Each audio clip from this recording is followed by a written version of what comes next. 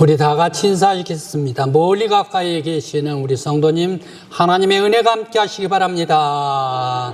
건강하시기 바랍니다. 사순절을 은혜롭게 지키십시다.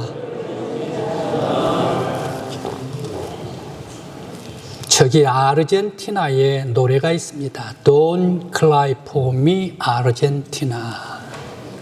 아르헨티나야, 나를 위하여 울지 말고 너희를 위하여 울라 라는 그런 노래입니다.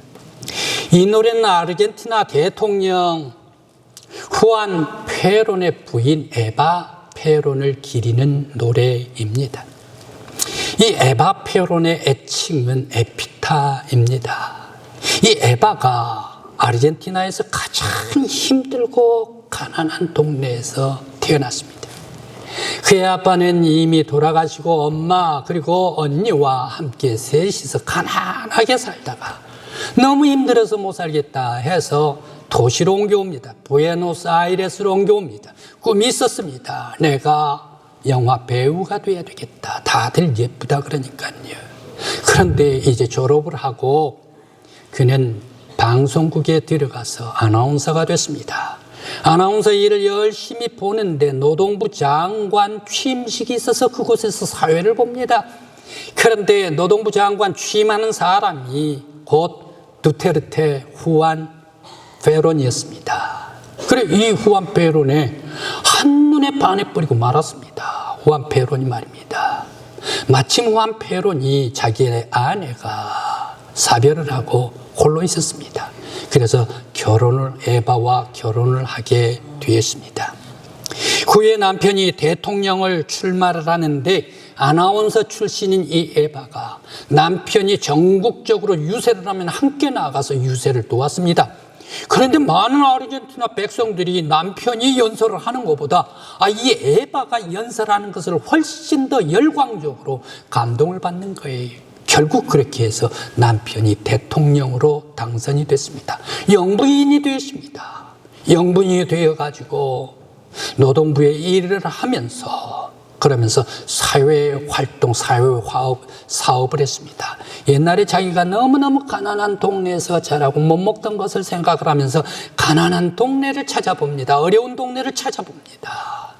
그때의 아르헨티나 많은 사람들은 이 에바를 사랑하게 되었습니다. 에바를 무척 따르면서 좋아했습니다. 그런데 웬걸 에바가 병이 들었습니다. 암병이 들었습니다. 암병이 들고 점점 깊어갈 때에 많은 아르헨티나 시민 백성들은 모두가 다 다시금 이 에바가 돌아오기를 간절히 바라면서 울면서 기도를 했습니다. 그런데 에바는 점점 병이 깊어졌습니다. 죽어가게 됐습니다. 많은 사람들이 자기를 위하여 울고 있을 때에 죽어가면서 이 에바가 백성들에게 얘기를 합니다. 나를 위하여 울지 말라. 아르헨티나여, 너희를 위하여 울라. 이 말을 남기고 죽고 말았습니다. 그때의 이 노래는 아르헨티나, Don't Cry For Me, 아르헨티나. 그 후에 20년 후에 에바 이 페론을 기리면서 이 노래를 작곡을 했습니다. 그 노래 가사는 조금만 맛배기로 보여주면 나는 부를 위하여 살지 않았어요. 나는 여러분을 사랑하고 여러분은 나를 사랑하기를 바랍니다. 울지 말아요, 아르헨티나요. 이 노래는 아르헨티나 수많은 백성들의 가슴을 울리게 되었습니다. 이것을 알게 된 미국에서도 미국 사람들도 많이 좋아하게 됐습니다. 그래서 브로드웨이에 몇 년 동안 뮤지컬로 사용되었던 에피타, Don't Cry For Me, 아르헨티나라는 노래입니다. 오늘 이 노래를 존재하게 한 말씀이 오늘 성경의 본문 말씀입니다. 예수님께서 십자가를 지시고 골고다로 올라가면서 예루살렘의 딸들아 나를 위하여 울지 말고 너희와 너희 자녀들을 위하여 울라라고 주님께서 말씀하여 주셨던 말씀, 바로 이 말씀이 오늘의 말씀입니다. 왜 예수님께서는 나를 위하여 울지 말라라고 말씀을 하셨을까요? 십자가를 지고 골고다로 십자가를 졌다라는 얘기는 사형틀에서 죽어간다는 얘기. 그러면서 많이 따르는 사람이 예수님 십자가 지고 올라가는 그 모습을 바라보면서 예수님 그 아프신 것을 동참하면서 울고 따라왔을 때 고마울 일이 아닌가 울어주는 것 말입니다. 그런데 왜 예수님께서는 사양을 하셨을까? 나를 위하여 울지 말라. 너희와 너의 자녀를 위하여 울라라고 말씀하셨을까? 내가 십자가를 지고 지금 골고다 올라가는 거 이거 무척 아프다 힘들다. 그러나 미래의 환난 날이 오게 되면 너희들이 아픈 것이 오히려 나보다 더 아플 것이다. 바로 이러한 예언의 뉘앙스를 주고 계시면서 나를 위하여 울지 말고 너희와 자녀들을 위하여 울라라고 말씀을 하셨을까요? 왜 나를 위하여 울지 말라라고 말씀을 하셨을까요? 또 예수님은 그 보통 때와는 다른 아픔 속에서 복을 선언해 주고 있는 말씀이 오늘 말씀에 나오고 있습니다. 잉태하지 못한 자가 복이 있을 것이고 또 해산하지 못한 자가 오히려 복되고 먹이는 젖이 없는 사람이 오히려 복되도다. 모든 세상 사람들은 애가 잉태될 때에 해산할 때에 그리고 또 젖을 먹일 때에 바로 그것이 복이요 축복 아닙니까? 그런데 왜 잉태하지 못하고 낳지 못하는 배가 그러면서 젖 먹이질 않는 것이 오히려 복이다라고 완벽하게 거꾸로 역설적으로 예수님께서 말씀을 하셨을까 생각을 해봅니다. 모든 할머니 할아버지들에게 다 세상에 있는 할머니 할아버지들에게 묻습니다. 아들이 장가를 갔습니다. 며느리를 얻었습니다. 그 며느리가 잉태되면 복 아닙니까? 자녀를 해산하면 그게 더 큰 복 아닙니까? 애를 품에 안고 젖을 먹이고 있을 때 이것보다 더 큰 가정의 행복이 어디 있겠습니까? 그런데 왜 예수님께서는 오히려 거꾸로 말씀을 하고 계시는가? 잉태하지 못하는 해산하지 못하는 배가 젖을 먹이지 못하는 여인이 더 복이다라고 거꾸로 역설적인 말씀을 주시고 있을까 생각을 해봅니다. 뒤집어서 말씀하신 것이 이뿐만이 아닙니다. 모든 산들이 다 무너지리라. 다 작은 산들이 나를 덮치리라. 큰 산이 다 무너져버리고 나한테 그럼 작은 산이 나를 덮쳐버리면 숨도 못 쉬고 깔려가지고 죽어버릴 것 아닙니까? 그런데 왜 모든 사람들이 산을 향하여 나를 덮으라. 희망사항 작은 산들이 나에게 무너지라 라고 왜 이렇게 거꾸로 얘기를 하고 있을까? 이뿐만이 아닙니다. 푸른 나무도 푸른 나무 그리고 마른 나무에 대한 말씀을 주시고 있습니다. 왜 이렇게 푸른 나무도 타는데 마른 나무는 얼마나 더 잘 타겠는가 라고 말씀을 31절 말씀에서 주시고 계실까 생각을 해봅니다. 예수님의 십자가의 길을 오면서 나를 위해 눈물을 흘려주는 것은 너무너무 감사할 일입니다. 앞으로 이스라엘 백성들과 여인들 그리고 먼 미래에 당할 심판날에 그들의 고통을 생각하면서 주님께서는 너희를 위하여 울라라고 말씀을 하십니다. 먼저 나를 위해 울지 말라라는 말씀입니다. 너희들이 나를 위해 함께 아파해 주는 거 울면서 따라오는 거 고맙기는 고맙다. 엄청나게 고맙다 말이야. 그런데 내가 십자가의 길, 이 골고다의 길, 이 길을 가는 것은 하나님께서 이 땅 위에 나를 보내시는 목적이 여기에 있다. 왜 보냈는가? 모든 세상 사람들의 죄를 다 용서하고 구원시키기 위해서 하나님께서 보내신 길이 십자가의 길이단 말이야. 하나님께서 나를 이 목적으로 구원하실 목적으로 나를 보내셨다. 이 십자가의 길은 내가 가야 할 길이다. 또 이 십자가의 길은 저기 가이사라 빌립보에서 예수님께서 베드로에게 나를 누구라고 믿느냐라고 얘기를 합니다. 베드로가 대답해 줍니다. 베드로가 대답해 준 바로 그 이후에 예수님께서 말씀을 하십니다. 이제 내가 예루살렘으로 올라가면 그곳에 대제사장들과 바리새인들 지도자를 손에 내가 죽으리라. 죽고 난 후에 내가 3일 만에 다시 살아나리라 예언해 주셨습니다. 한 번, 두 번, 세 번 예언해 주셨습니다. 내가 예언했던 그 길을 성취하러 가는 것이 십자가의 길이다 라고 예수님께서 말씀을 하십니다. 그리고 이 십자가의 길은, 이 길은 내가 가야 할 길이다, 마땅히 가야 할 길이다. 메시아 하나님의 아들이 아무리 아프더라도 고통스러워도 내가 십자가를 지고 가야 할 길이 아닌가. 이 길은 아파도 내 길이다. 나를 위하여 울지 말라. 참으로 예수님께서, 바로 이 예수님께서 십자가를 지고 아픔을 다 당하시면서까지 인간들을 죄에서 구원하시기 위하여 희생의 길을 가시는 하나님의 아들 예수 그리스도, 그 고통 속에서도 나는 가야 해.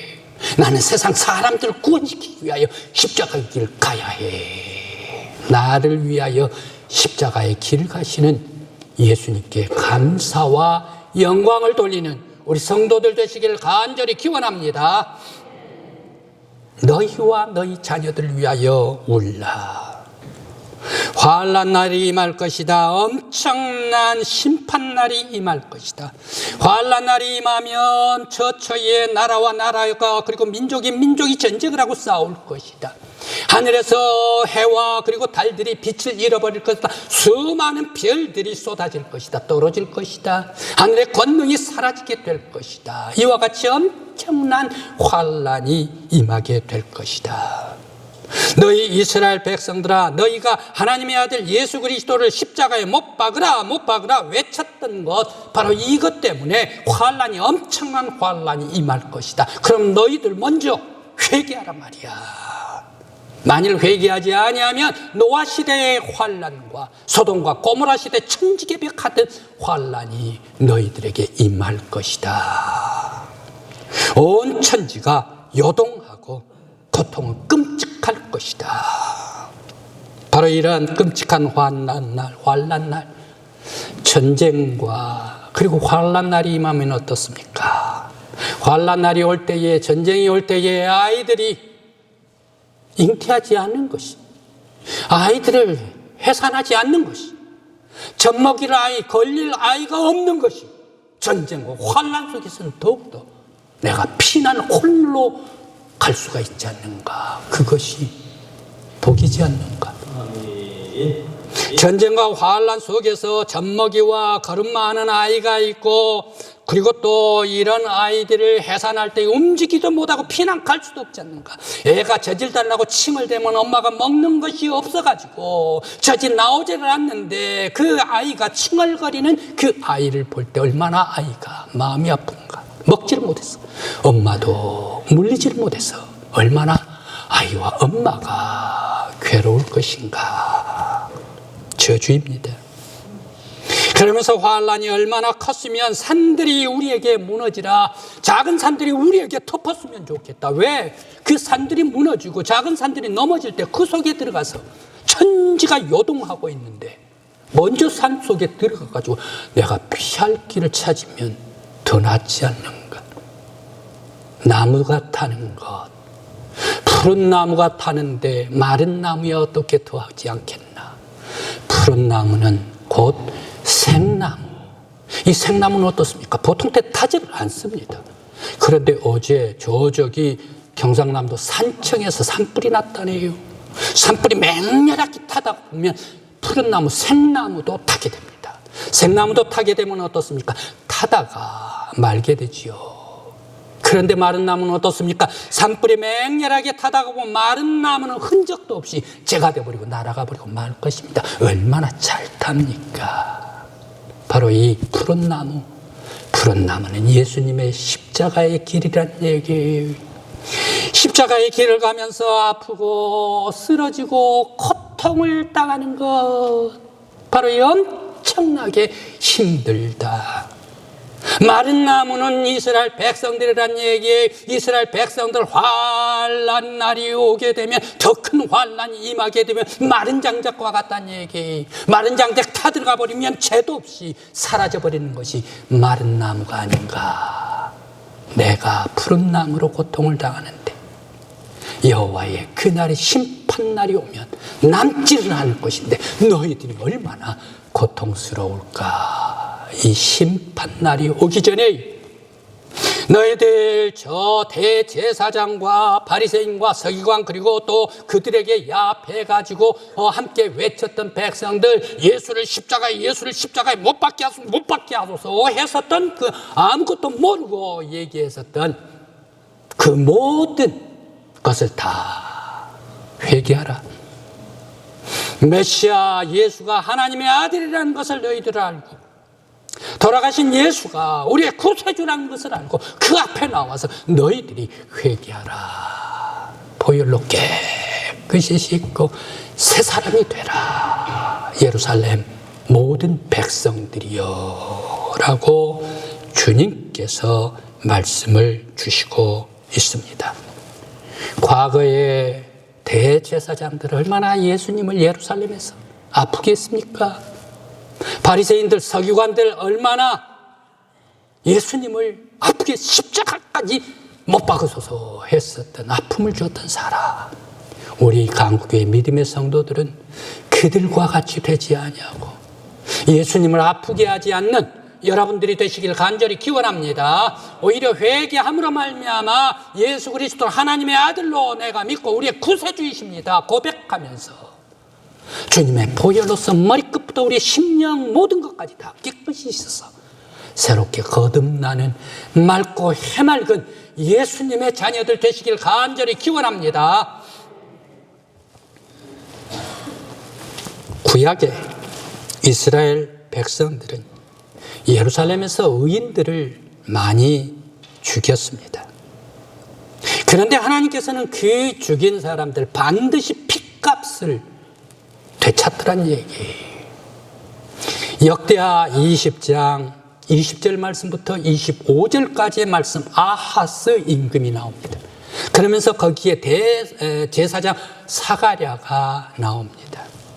왕이 대제사장 사가랴를 죽여버렸습니다. 그런데 역사적으로 볼 때에 도저히 아하스 왕이 사가랴를 죽일 수가 없는 사람입니다. 그런데 예루살렘 뜰에서, 성전 뜰에서 죽여버리고 말았지 않습니까? 때는 아하스 임금님이 꼬맹맹이 어려서 아무것도 몰랐을 때, 젖먹이였을 때, 이제 그 아이가 7살까지 다 되기를 바라면서 키우고 길렀습니다. 성전에서 여호야다 대제사장이 길렀습니다.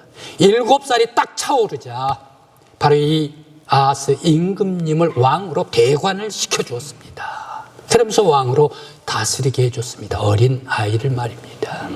그렇게 하면서 곁에서 여호야다 대제사장이 보필을 해줬습니다. 그런데 여호야다 대제사장이 죽고 난 후에 아하스 임금님이 어떻게 했습니까? 방향을 모릅니다. 그러니까 우상을 섬기게 됩니다.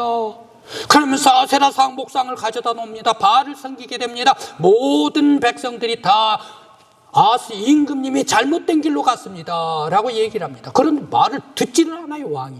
그러니까 여호야다 대제사장의 아들 제사장 사가랴, 당신이 가서 아하스에게 얘기를 해 주십시오 라고 얘기를 합니다. 그때 사가랴가 기도하면서 하나님의 영이 사가랴에게 임했습니다. 그러면서 예언을 하기 시작을 했습니다. 온 예루살렘이여, 이렇게 우상을 섬기다가 보면 하나님께서 떠나가신단 말이야. 바알과 아세라를 섬기다가 보면 하나님께서 떠나가신다. 아하스 임금의 집에서도 하나님께서 떠나가십니다 라고 예언을 했습니다. 그때 아하스 임금님이 듣기가 싫어서 귀를 막아버립니다. 그러면서 자기의 신복을 시켜가지고 죽이라 명령을 합니다. 사가랴 제사장이 성전 뜰에서 아하스 임금님이 시킨 신복에 돌에 맞아가지고 피를 흘리면서 성전 뜰에서 죽어버리고 말았습니다.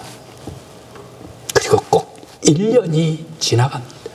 아람의 군대, 작은 군대가 쳐들어왔습니다. 그런데 유대 나라 이스라엘의 많은 군대가 이스라엘 군대가 죽어버려요. 그러면서 각기 방백들, 모든 방백이 전부 다 죽어버립니다. 그러면서 곡간이 털려버립니다. 그러면서 저 다마스커스로 귀한 보물들이 다 옮겨가게 됩니다. 이 아람 군대가 치고 들어올 때 거기에서 싸우다가 아하스 임금님이 부상을 당합니다. 중부상을 당합니다. 침상에 누워있을 때에 이 아하스 임금님의 신복이 이 배반을 합니다. 그러면서 어떻게 얘기를 합니까? 여호야다의 아들의 피를 다시 되찾아 줍시다 라고 하면서 침상에 누워있는 아하스 임금님을 그대로 죽여버리고 맙니다. 그게 1년 후다라는 사실입니다. 왕과 백성은 의인들을 예루살렘에서 죽여서는 안 됩니다. 선한 사람들, 선지자들을 죽여서는 안 됩니다. 마태복음 23장 37절 39절 말씀, 여러분들께서 너무너무 잘 아는 감람산 위에서 예수님께서 눈물을 흘리셨던 말씀입니다. 예루살렘아, 예루살렘아, 선지자들을 죽이고 또 파송된 자를 돌로 치는 자들이여, 암탉이 새끼를 몽과 같이 내가 너희들을 얼마나 많이 모으려고 했느냐. 너희들이 원치 아니었도다. 보라, 너희 집이 황폐하게 될 것이다. 찬송하리로다, 주의 이름으로 오시는 이여 라고 말할 때까지 내가 너희들이 나를 보지 못하리로다 라고 주님께서 말씀을 하십니다. 감람산에서 예루살렘 지도자들, 대제사장들, 바리새인들, 서기관들, 정치 지도자들 바라보면서 예수 그리스도 하나님의 아들이 오셨는데 배척을 해버리고 그들 예수님을 아주 핍박으로 박해했을 때 예수님께서 눈물을 흘리시면서 예루살렘에 대해서 외쳤던 말씀입니다. 이스라엘 백성들은 예루살렘에서 예수를 십자가에 못 박으소서, 못 박으소서, 대제사장과 함께 못 박으소서라고 얘기를 했습니다. 바로 그들의 피가 곧 70년 후에, AD 70년에 40년 후에 AD 71년에 저 로마의 티투스 장군이 예루살렘을 침공해 들어옵니다. 제일 먼저 예루살렘 성전을 전부 다 파괴해버립니다. 돌들 위에 돌 하나 남지 아니하리라 하면서 저 1km 넘는 기드론 골짜기 가서 예루살렘 성전 돌들을 전부 다 부려버리고 말았습니다. 예루살렘 성전은 참고로 우리 교회 이 강단보다 더 큰 돌들입니다. 바로 이런 그 무거운 것들을 1km 넘어서 골짜기에다가 쏟아버렸다라는 말씀입니다. 그것도 모자라가지고 여기에서 이제 이스라엘 지도자들, 대제사장 어디로 갑니까? 저 마사다로 갑니다. 마사다, 여기에서 위기에 있을 때에 거기에 궁궐입니다. 1000명이 조금 못된 사람이 달려갔죠. 그곳으로. 그때에 로마 티투스 장군은 거기까지 마사다까지 따라갑니다. 높은 절벽입니다. 천연요새입니다. 거기에 3개월을 지났습니다. 기다려줍니다. 항복을 하라고.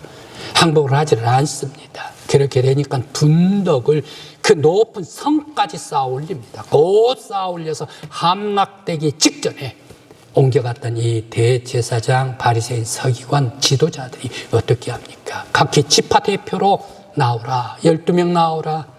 12명이 제비를 뽑습니다. 제비를 뽑아가지고 너희 지파 10명을 죽이라 라고 해가지고 죽입니다. 왜? 저 이방 사람들의 손에 우리는 죽기 싫단 말이야. 우리가 스스로 오히려 우리의 목숨을 끊어야지. 이방 사람에게 맡기기 싫다 해가지고 제비를 뽑아가지고 10명 죽이고 5명 죽이고 3명 죽이고 마지막 남은 사람들이 죽고 1000명 갔던 모든 사람들이 다 죽고 이스라엘은 파멸되었다라는 사실입니다. 예수님을 배척한 사람들, 예루살렘에서 예수님에게 십자가에 못 박으소서 외쳤던 바로 그 사람들에게 하나님께서는 심판을 내려가지고 이 이스라엘을 파괴시켜버리고 말았더라 라는 말씀입니다. 우리들은 회개해야 합니다. 예수님을 아프게 해서는 안 됩니다. 여러분들이 판단해 보시기 바랍니다. 이것이 저주일까요? 행복일까요? 과거에 살았던 만큼 저주일까요? 이제 새롭게 행복일까요?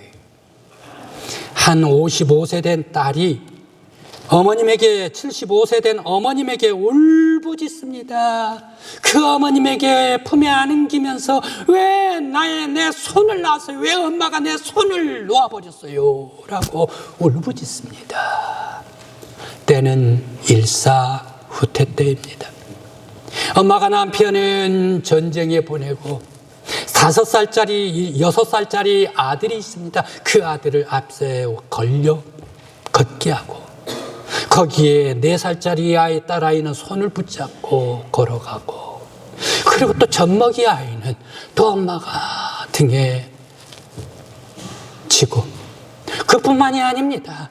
살림, 피난살림, 세간살이 이것을 머리에 이고지고 하면서 걸어가고 걸리고 품에 안고 도저히 갈 수가 없습니다. 그런데 피난에 수많은 사람들이 내려갑니다. 여기저기서 저 위에서는 비행기가 폭탄을 내립니다. 그리고 또 거기에 대포가 날아와 포탄이 장렬을 합니다. 정신없이 걷고 있는데 폭탄이 투하될 때마다 사람들, 피난하는 사람들이 날아가고 합니다. 그때마다 손에 붙잡고 걸어갔던 딸아이를 다시금 손을 잡고 붙잡아주며 찾았습니다. 이제 머리에 이고 품에 안고 허리에 지고 앞서가고 도저히 갈 수가 없어요. 어머니께서 그렇게 생각을 하지 않으면 안 되는데 이들 중에 하나라도 이런 생각이 있었습니다. 다시 또 폭격을 합니다. 폭격을 당할 때에 수차 반복을 합니다. 그런데 엄마가 손에 붙잡았던 4살짜리 딸아이 손을 놔버리고 말았습니다. 그러면서 다시 찾지를 않았습니다. 혼자 살면 살고 죽겠지. 그렇게 됐는데 4살짜리 딸아이는 미군에 발견이 됐습니다. 그러면서 막사에 있다가 고아원으로 이송됐습니다. 고아원에서 자라면서 엄마가 행여 올까? 엄마 보고 싶어. 행여 찾아오지를 않았습니다. 그 후에 빨딱 50년이 지났습니다. 방송에서 엄마를 찾았습니다. 엄마는 딸아이가 죽은 줄 알고 찾지도 않습니다. 그런데 딸아이가 엄마를 보고 싶어서 그렇게 찾았습니다. 이제 찾게 되었습니다. 만나게 되는데 이 55세 된 딸아이가 75세 된 엄마 품에 안기면서 엄마, 그때 왜 엄마가 손을 놔버렸어요? 그때 왜 엄마가 내 손을 놔버렸어? 왜 놓고 찾지를 안 했어? 엄마 얼마나 보고 싶었는데. 울면서 울부짖을 때 엄마는 아무 얘기도 말도 못합니다. 과연 전쟁통에 지금까지 살았었던 것이 행복이었을까요? 아픔이었을까요? 다시 만나는 것이 과연 행복일까요? 이와 같이 전쟁은 슬픔을 낳습니다. 아픔을 낳습니다. 전쟁도 슬픔이 있는데 하나님의 날 여호와의 날은 얼마나 큰 그런 고통과 온 천지가 다 난릴까. 오늘 예수님께서 예루살렘의 딸들아 나를 위하여 울지 말고 너희와 너희 자녀들을 위하여 울라. 어쩌면 예수님께서 회개하지 않는 우리들을 향하여 회개를 기다리면서 회개하지 않는 너희들을 위하여 너희 죄를 용서하기 위하여 오늘도 내가 십자가의 길로 걸어간다 라고 음성을 들려주는 것 같습니다.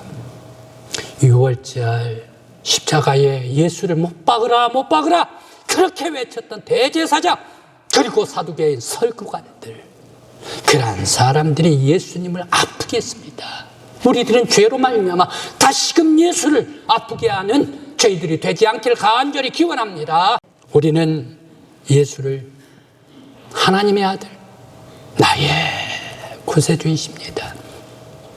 예수를 하나님의 아들로 믿고 고백하고 예수의 보혈로서 모든 죄를 다 씻어버리고 새롭게 태어나는 사순절, 우리의 영혼이 아름답게 빛나는 이 사순절이 되기를 간절히 기원합니다.